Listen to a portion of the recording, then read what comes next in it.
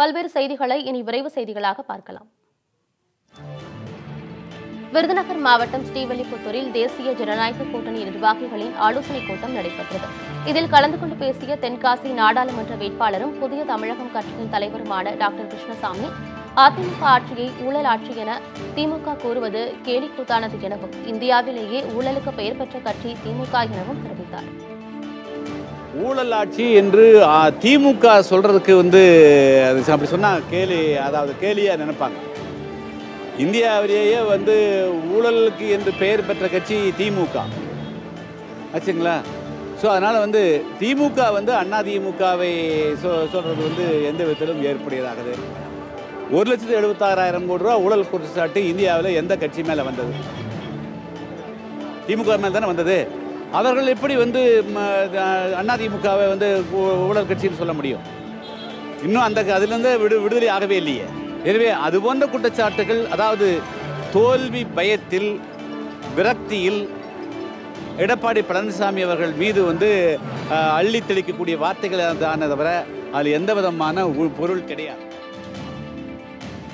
கரூரில் அதிமுக சார்பில் போட்டியிடும் நாடாளுமன்ற வேட்பாளர் தம்பிதுரைக்கு ஆதரவாக திரைப்பட நடிகை பபிதா பிரச்சாரம் செய்தார். தங்கநகர அரசு காலனி, சோமூர் உள்ளிட்ட பகுதிகளில் திறந்த வாகனங்களில் சென்று வாக்கு சேகரித்தார். அப்போது முன்னாள் முதல்வர்கள் எம்ஜிஆர், ஜெயலலிதா உள்ளிட்டவர்கள் பற்றி பேசியும் தமிழக அரசின் சாதனைகளை எடுத்துரைத்தும் அவர் வாக்குகளை சேகரித்தார்.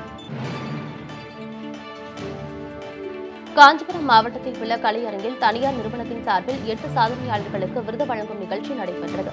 நம்ம ஒரு ஹீரோ என்ற தலைப்பில் நடைபெற்ற இந்நிகழ்ச்சியில் இயற்கை பாதுகாப்பு, குழந்தைகள் நலன் மற்றும் கிராமங்களில் ஆதரவு இன்றி இருந்த 906 ஏழைகளின் ஈமக்காரிய பணிகளை செய்த ஸ்ரீனிவாசன் உட்பட 8 சமூக ஆர்வலர்களுக்கு விருதுகள் மற்றும் பரிசுகள் வழங்கி கௌரவிக்கப்பட்டன.